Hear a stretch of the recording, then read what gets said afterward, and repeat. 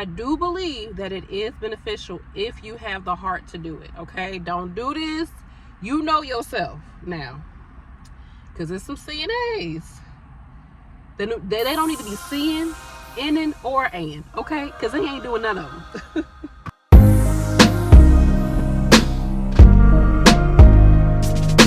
Okay, let's talk about being a CNA. So I know I talk a lot about being a nurse and should you be an RN or LPN, things like that. But let's talk a little bit about being a CNA. So I do think that being a CNA is beneficial. I started off as a CNA, actually an NAT, a nursing assistant in training. And I was working at a nursing home, and that same nursing home was training me to become a CNA. So I do feel like it is worth it, especially if you see yourself going through like the different levels of nursing, like LPN, RN, nurse practitioner, whatever. Or if you just see yourself becoming a nurse, I think doing CNA or even patient care tech beforehand is definitely helpful. I would say it is a tough job though. It is not an easy job. It is not something that I think, you should just do just because you want to get a job. Like, when people say like you have to have the heart for it, I do believe that when you are taking care of other people, you have to have some type of compassion and integrity, because you're taking care of a lot of times the most vulnerable people in our society. A lot of older people who may have disabilities, and people who are not able to take care of themselves. If you can't get yourself from one spot to another spot, you're very vulnerable, right? If you're in a position where you're sharing your room with a complete stranger, you don't really have a home outside of being in this facility, you're very vulnerable. And it takes, I believe, a certain human being to be able to take care of people, especially on the CNA or patient care level, because that's very direct patient care. Now, of course, bedside nursing is direct patient care, but with a CNA or patient care tech, like, you're helping them with ADLs, activities of daily living. So you are there on the front line, really taking care of people. So you should definitely have a heart. You should definitely be able to have compassion for others. Let's just lay that framework there, and just gotta let you know that has to be like at the forefront of you going into this field. That's just my opinion, flat out. If you don't have a heart, if you don't like people, if you don't like taking care of people, if you don't have enough integrity to do the right thing when nobody's looking, that's what integrity is, right? To I don't know, what's something that you would, to clean the patient and do rounds on that patient, even though the nurse isn't coming around and checking all the patients. Even though that patient can't speak, you still make sure that you feed that patient. And you would think like, duh, but it's people who will leave a tray in front of a patient, don't get them out the bed, they leave a tray in front of the patient can't even pick up the food. They don't even know to eat. And then they come back around, they pick up the tray and keep it pushing. They didn't even feed the patient dinner. It's people who do that. So if you have the integrity to actually take care of people and to do things without somebody telling you what to do, because sometimes a nurse won't tell you what to do. Sometimes it's so many patients and that nurse has so much going on that it's only so much. They're depending on you to do your job, right? It's like it's common sense, but sometimes you have to keep going behind a tech or behind an aide to make sure they did their job, which is crazy. But anywho, I just want to lay that framework. But I do believe that it is beneficial to become a CNA or PCT beforehand, because you get an idea of, do you really want to do this? Are you really made for this type of work? And it's like the lowest of lowest risk, because schooling is like 3 months. I think they have programs. They may have like 9-week programs, 12-week programs. Like, it's very short programs. And a lot of times your job will pay for your training, and you can work while you're getting training.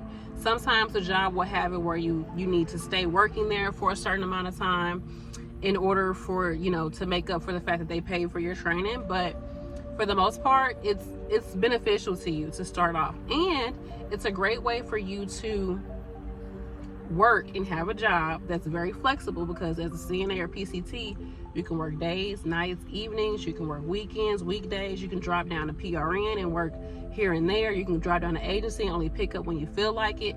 It's a great way to have that flexibility in your schedule while you go to school. So while you go to school for nursing or some other field, you can still be making decent money as a tech, as a CNA, and be good, okay? And have a lot of options.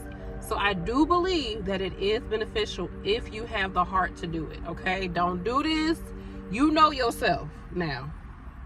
Because there's some CNAs. They don't need to be seeing, inning, or an, okay? Because they ain't doing none of them. They ain't doing none of them. So you just got to have the heart to do it. And it can definitely help you. It can help you to be a stronger nurse. It can help you to, for me, it helped me to be way more confident as a nurse. Especially, you know, I became an LPN after CNA. So I was way more confident in my ability to talk to patients, to take care of them. It's been times where I don't have a tech. You know, as a floor nurse, it's a lot of times we're primary, as they call it, meaning it's only you. You the primary caregiver, you the only caregiver. It shouldn't be called primary, it should just be only. So you're the only caregiver for that patient. And I have to change beds, get people up, change beds, what they call it, change an occupied bed. So roll them over, do all of this. It's been times I have to roll a patient over, try to get the dressing on them, to do the dressing on their butt and do all of that. And I got to put the bed up in Trendelenburg, had a head down here, had their feet all up in there, and try to have arm day and pull these people, like, because I have nobody to help me. Do me a favor, you all, if you enjoy these videos, make sure you like, you comment something down below, share it with somebody else who might find it helpful, and go ahead and subscribe so you can get more videos from YourFavNurseB. Thanks again for watching, you all. I have moments like that as a nurse. You know, you're juggling all these different things, and I feel confident because I had that CNA experience. I feel very confident in my ability to do my job and to do somebody else's job. And there's been times in the nursing home where I've done showers for patients and done all that, because you can only tell these techs so much. You can only tell these CNAs so much, y'all. I'm telling you, it's like, it's rough because these places barely have CNAs. So a lot of times they don't reprimand them when things go wrong, because it's like, we don't have that many. It's like they'd rather keep a CNA than keep a nurse, honestly, because they can work a nurse. They can make that nurse have to go pick up all these extra rooms and do all this extra stuff. But it's like, you need that CNA. Now, they can work the CNAs too. They will. But it's like, we need the CNAs because they're doing the grunt work. They're doing the getting the patients in the bed, getting them out, doing this, hopefully. Some of them don't even do that. But, I know I'm talking bad, but CNAs do a lot of work. They do the Lord's work. If you actually doing your work as a CNA or a tech, you are doing the Lord's work, because like I said, you are with that patient, bathing them, feeding them, transferring them from bed to chair to bathroom, call light. You got 2 or 3 nurses coming up to you saying, did you do this? Did you do that? Can you do that? Can you give vitals? Can you help them with that? When you get a chance, can you take her to the bathroom? Like, come on now. And then, I'm not saying the pay is horrible for a CNA. It's definitely more than what I was getting paid. I think I started off at $8 as NAT, and then I went up to $10. The most I made was like maybe $11 as a CNA. This was 2014. So 2010s, you know, that's the most I made working in nursing homes. Now, I saw a flyer in my job for PCT. Starting pay was $18 an hour. $18 an hour in Missouri. That's pretty good. I ain't gonna hold you. In Missouri, that's pretty good pay. But any home, I think it's worth it. Y'all let me know, like, are you already a CNA and you're like, girl, this ain't for me. This ain't for me. Or have you thought about it? Or do you feel like it is a way to get you to the next level, like start off as CNA, then maybe go for LPN or RN and go further? Like, do you see it as a stepping stone? I definitely believe it's a great stepping stone. That's what's so cool about nursing, is that you got a way you can get in that doesn't take that long to get in, and you still make decent money, and you still can have a variety in your schedule and your workplace. You don't have to just work at nursing homes as a CNA or PCT. I'll talk about that a little bit more, but you have variety, and you make a decent money. To me, $18 an hour. Now I know nowadays, like, child, nothing an hour is really, for some people, like, it don't matter how much they make it, it's just not enough. Make it enough. Like, it ain't enough. So I get that, but I think 18 an hour, especially if you're young, if you're like 20, 19 and you live with your parents still, child, heck yeah, get you a CNA job. I know some high schools have CNA training, and it's like people that's like 16, 17, I think 16, 17, that are CNAs. And if I'm 17, I'm making 18 an hour, child, I'm gonna make it work. I can make that work, especially you living with your parents. You can make that work. Now I know as a grown woman with kids and, you know, all these different things, or a grown man, that might not work for you, but it's still decent pay, and always overtime, okay? So it's worth it. But again, back to what I was saying, it helps you to get an idea if this is for you. I knew it was for me because taking care of people comes natural to me. I'm not saying I'm the most patient person, but I do believe that I've been blessed with compassion, so that helps me to be more patient. Also, like, I care about how I make people feel, so that helps me to be more patient with people, because I care about, you know, I don't want people to feel bad. I don't want to be the reason why somebody feel bad. I just don't, you know. So that helps me to be more compassionate and be more patient. So it fits my nature. Also, like, what was I gonna say? Also, what was I gonna say? Yeah, I just think it fits my nature. You know, I'm not saying that I'm just like I don't mind taking care of people, child. I don't mind hearing you tell me your life story. Like, maybe because I worked with older people for so long, I've just been conditioned to just learn to, you know, let them do what they got to do, child. They live here. And I remember my husband told me to say, always stay with me. He was like, they live there. You get to go home. And like, hearing that, I was like, he's right. Like, I can come in and be mad and huff and puff and be all this, but like, I get to clock out and go. I have a choice in my life right now. These people don't always have a choice of if they're going to stay in this nursing home or stay in this facility or not. So why wouldn't I show them compassion? You know, because I have more autonomy in my life. So yeah, just show compassion to people. And I'm so grateful that I've been blessed to have that, because again, some of the people we take care of, they really need us to take care of take care of them. They really need us. So if you feel compelled to do CNA or PCT, just go for it. Try to have a positive mindset. It's going to be hard work, and you're going to deal with negative CNAs or PCTs, negative nurses, like negative patients. I came from the era of patients that call you apes and stuff like that, and blackie and all that. So you got some crazy patients. Then you have some people that are so sweet. Now I'm talking about, you know, CNAs that deal with a lot of geriatrics. That's what I'm talking about that. But you got patients that are, oh my gosh, they are sweethearts. They are sweetheart. Like they're so sweet. They're like, just sit down. I saved a piece of my sandwich for you. Like, look, cute little stuff. Like, okay, I don't want sandwich, but I thank you for the gesture. That was so sweet. Like, you get them patients that you just be like, oh, I miss that. When I first started, once COVID came and it was like I became an agency nurse, I didn't really have that connection with the patients because I didn't see them a lot, the same patients over and over again. It kind of got harder. But when you are taking care of people consistently, like, you do start to get connected to them, and you create bonds with their family and things like that.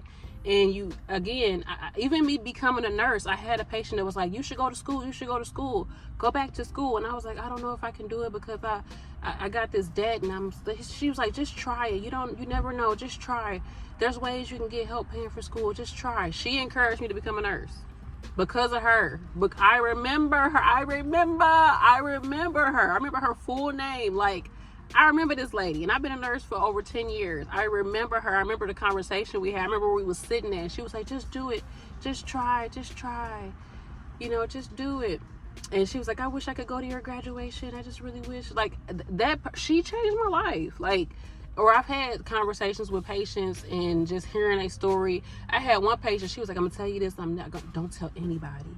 She's like, don't tell anybody. And she told me one of her secrets. And she was like, I don't know if she was like, I'm about to go down yonder, but she told me one of her secrets, and I haven't told nobody. I'm taking it to the grave, child.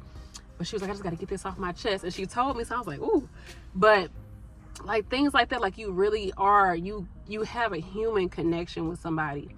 And yes, there's a check attached to it. And it's not always going to be like that. You might not have that connection with people. But for me, I'm grateful that I did gain that in my beginning stages of being a CNA.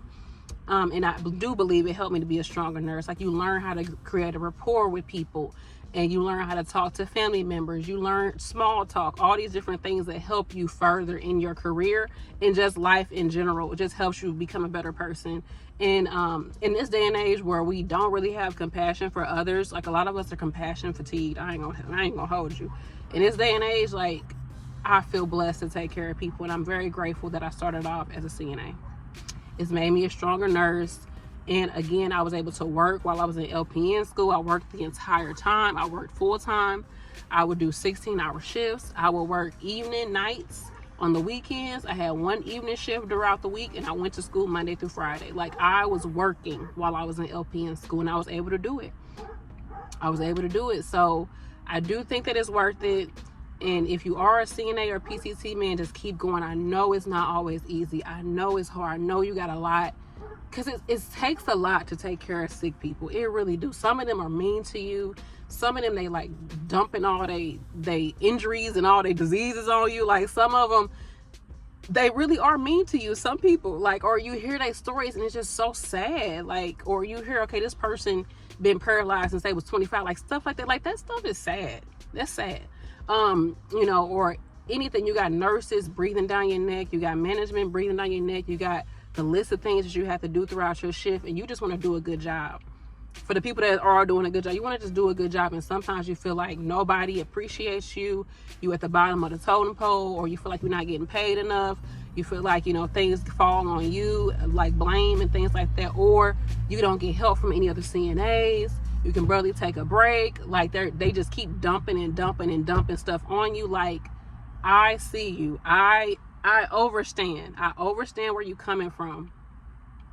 But know that you are important. What you do is important. The impact that you make on somebody's life, you never know.